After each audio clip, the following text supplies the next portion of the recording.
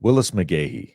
It's a name that many college football fans, Husker fans especially, remember all too well. He was a part of the 2001 Miami team, which is widely regarded as one of the greatest college football teams of all time. Now, 95 Nebraska, of course, holds that title, but Willis McGahee is very much respected as a name in college football throughout the history. And like I said, depending on your age bracket, you either remember that heyday of Willis McGahee or you remember stories of Willis McGahee. Well, Willis McGahee's son, of course, fast forward, has committed to Nebraska in the 2024 class. So I'm going to dive into a little bit of his film, and you can tell the athletic prowess, you can tell the lineage there, and based on just his pure athleticism, his strength, his IQ, you can tell he comes from an athletic family, and he might be a better rated prospect than people might imagine, just based on his fit in the 3-3-5 defense, because some of the things that were a knock on him and his recruiting profile are things that the 3-3-5 can mask, and not necessarily those things won't be weaknesses in the 3-3-5. So, like I said, I'm going to get into Willis McGahee the fourth. I'm going to be, I've touched on the 2025 class a little bit. Now I'm going to just dive back into the 2024 class so you can kind of get some idea of some of these guys that we got potentially coming up on the field this year, next year, etc. So, without further ado, let's just jump right into his film. All right. So diving into his film, first things first, let's just go through his measurables. So he's 6'1", 225. He's not the tallest, rangiest guy in the world that you would see from a normal edge rusher, but he's 88 rated 3-star. He's 225 pounds. So he's a very strong, physically strong, very dense guy, right? He's got muscle maturity, it seems, already early on. And he knows how to use his strength. He knows how to use his body. It's one of those things where you can be a perfect size, but if you don't know how to properly utilize your strengths, then it's going to be a lot tougher for you to transition over the next level. And he knows how to use his strength. And it's evident in his stat line. Last year, 57 tackles, 9 TFLs, 19 quarterback hits, 16 sacks, 7 forced fumbles, 4 fumble recoveries, and 3 pass breakups. Now it's looking like he's going to end up playing the jack position in the 3-3-5.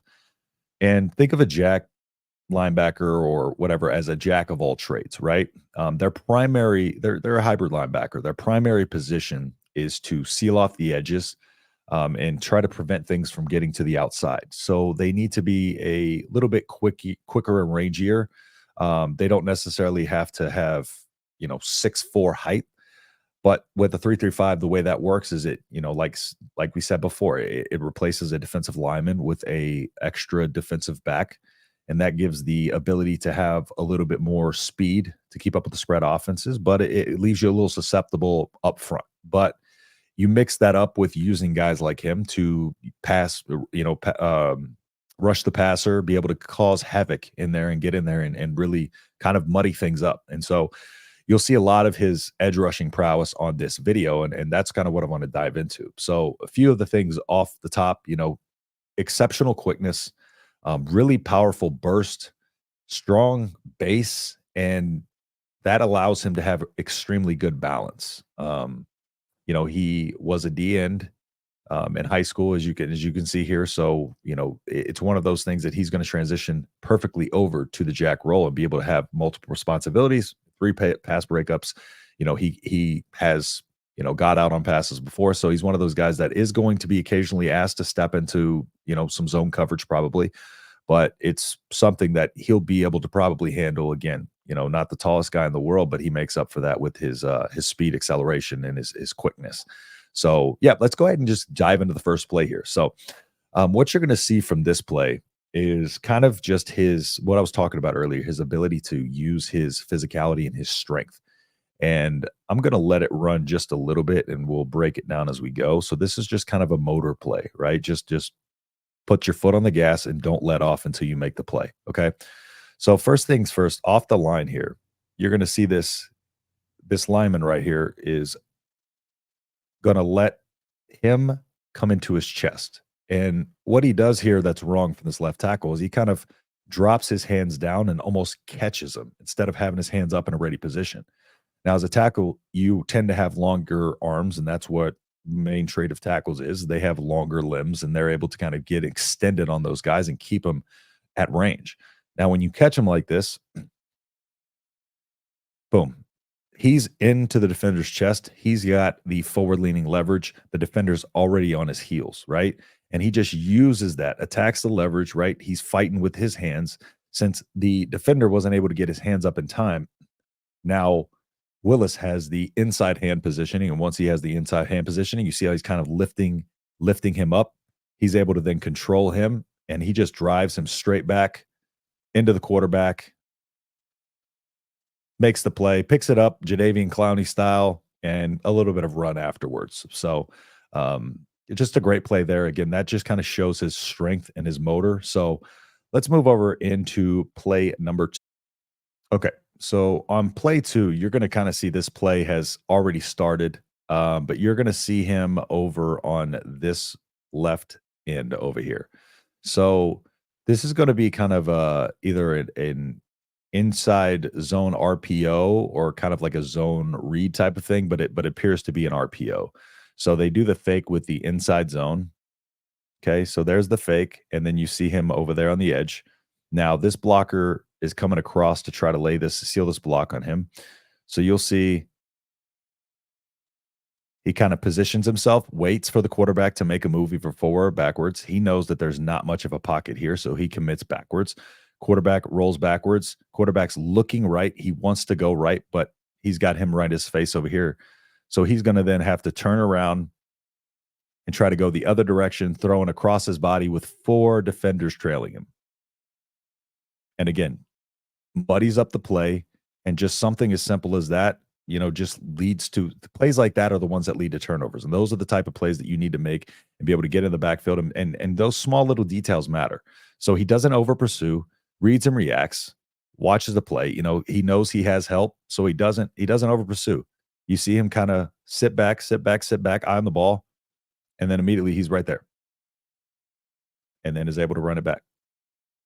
All right. So let's go over to play 3. And this is going to show another example of how he attacks these tackles due to his lack of size and length compared to a lot of these tackles. So all right. So play 3 here. Let me let this run, and then you're going to kind of see what I'm talking about with the tackle. So he's there on the right side, of course. All right. This tackle does a little slide step left, right? But he's coming off the line, launching off the line.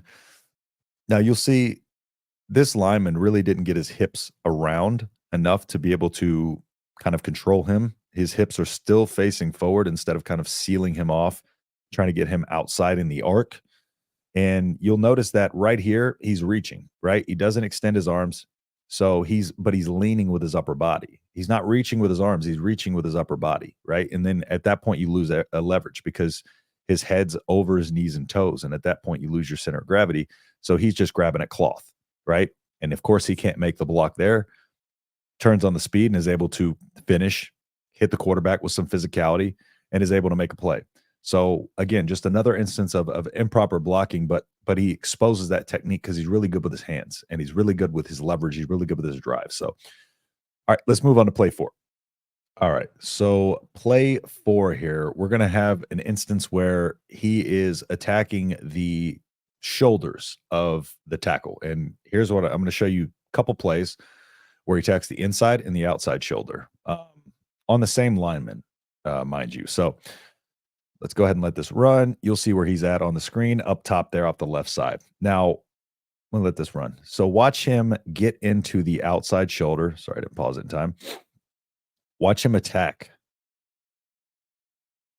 the inside shoulder. Sorry, he attacks the inside shoulder, and you can see his hand right there. See that hand position under his shoulder pads, right? So he's going to be able to drive him a little bit that direction. And then since he has that hand position up on the shoulder, he's able to just shove him to the side and get through. So he came with the punch. The defender didn't get his arms extended again. So he's able to get into him with his leverage, drive upwards into that inside shoulder. And once he has that inside shoulder kind of flipped and he has him off balance, then he's able to shove him to the side and go make a play on the ball. Okay, now moving on to the next one where he's going to attack the outside shoulder. So again, the defender tries to catch him, arms down. See the defender's arms were at his side, not up in a ready position. So this time he attacks the outside, right? He's going to try to get him on the outside. Now the defender does have his hands on him. He's got a decent solid grip on him, but you can still see he's fighting this inside shoulder pad right here with that hand. So he kind of just knocks him off his base a little bit, because when you control that upper body, you can knock them off their center of the gravity. So here he goes on the outside, and just you can see him fighting for that position, and then he's able to break free. Once he gets that kind of that little moment in there where he's able to kind of throw his leverage off, he then puts on the speed, gets around him. Again, the defender at this point is off balance, grabbing at cloth, and is able to come make a play on the quarterback. So very impressive stuff there. Let me go ahead and move it over to play 7. All right, play 7 here. Okay, so he is going to stack this lineman and attack his leverage once again. So I'll show you how he does this one. Let's let it run. We'll let it run real quick. Okay, now let's roll it back. All right, so he's going to come off the edge here. Now, again, Lyman does have his hands up a little better, but you can see that he immediately gains inside hand positioning. When he has inside hand positioning, the rip throughs, the swims, those are going to work because you can break that grip, right? With outside hand positioning, it's a little harder because you have to come up and through. When you have that inside hand positioning, you can do a better job of kind of breaking free of that grip. So he's got the inside hand positioning right now. Now, for a tackle, you do want to have kind of the bicep shoulder pad area, so that way if your hand kind of slides, it'll slide up into the shoulder pad.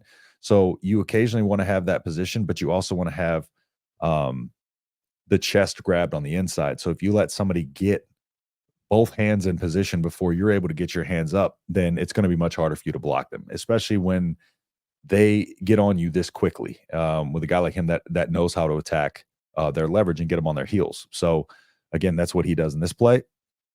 It's just natural pass rusher ability here. Gets into his chest, right? Kind of just turns on the speed around him at that point, because again, the defender's reaching. Puts on the speed, gets into his chest, and uses that to kind of bounce off of him. Again, the defender didn't have good hand positioning, so he's able to just kind of throw him off to the side. Now he's grabbing a cloth, reaching, and he goes in there and makes a play on the quarterback. So, you got to understand that some plays, they're going to be able to block you, get your hands on you, but you got to be able to fight through that. So he's very natural as a pass rusher, especially with his hands, and that's only going to develop more at the next level. All right, let's go ahead and get into the last. All right, now what I like about this play is he's actually blocked for a second, right? So let's go ahead and let this run. Okay, the defender, you see the hands down, right? But they're a little higher. They're not completely down, palms open like some linemen will do. So he's got his hands somewhat up. You would like him a little higher, right? But again, he gets this outside shoulder pad. The lineman gets the outside shoulder pad, but let this run. So he's got his hands in a good position, right?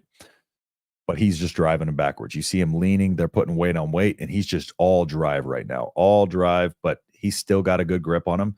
So what he does is he's going to just drive him backwards, kind of like he did on the first one, right? He's going to drive him backwards, but wait for the quarterback's next move. All right. So eyes on the quarterback as you drive this guy backwards, right? Just try to disrupt the pocket and get that quarterback to make a step one direction. Okay.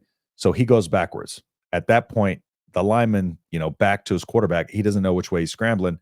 That gives the defender, Willis here, leverage to know which way the quarterback's going. And then that way he can just shove that lineman to the side, because the lineman doesn't necessarily know he's rolling out that direction yet. And that's exactly what he does. Just breaks away free of the grip, waits for the quarterback to cross his plane, and is able to go get the strip sack. So a lot of the strip sacks you see and a lot of the stuff you see isn't all from him winning pass rushes, right? It's for him fighting through the blocks, him constantly using that motor to fight for a position, battle for hand positioning. It's the little things. It's the game within the game. And again, I know he's an 88 rated 3-star. However, you got to look at fit. And again, just an undersized guy in most defenses in terms of height. However, a really good size for the 3-5, just for what it is. And it's made for, smaller, rangier, quicker guys, but you also are going to have your taller guys with length, especially in the corners. And some of your edge rushers are going to have that length too, to be able to get their hands up and be able to disrupt the play. But you also want guys like this that are just a nose for the football. they're going to make the heads up play and they're going to get to the quarterback and they're going to use whatever ability they have and all their strength and drive. And it's going to be very fun to watch him in this defense and watch how he develops. That is one of the things about athletic prowess and having a lineage where you understand the game of football. You can pick up on techniques a lot better because you have a deeper understanding. And I think that's where a lot of his natural pass rush ability comes from. He's just got this deeper understanding of the game, just coming from, having a, father that was very, very athletically gifted and played at a high, high level. So, a lot to like here with Willis. Again, I was wanting to kind of spotlight some of the guys in last year's class as well. So let me know if you like the spotlighting of the 2024 class as well, and drop your comments and let me know who you might want next in my next film review. So I appreciate everybody checking out the channel, and I will see you in the next video. Peace.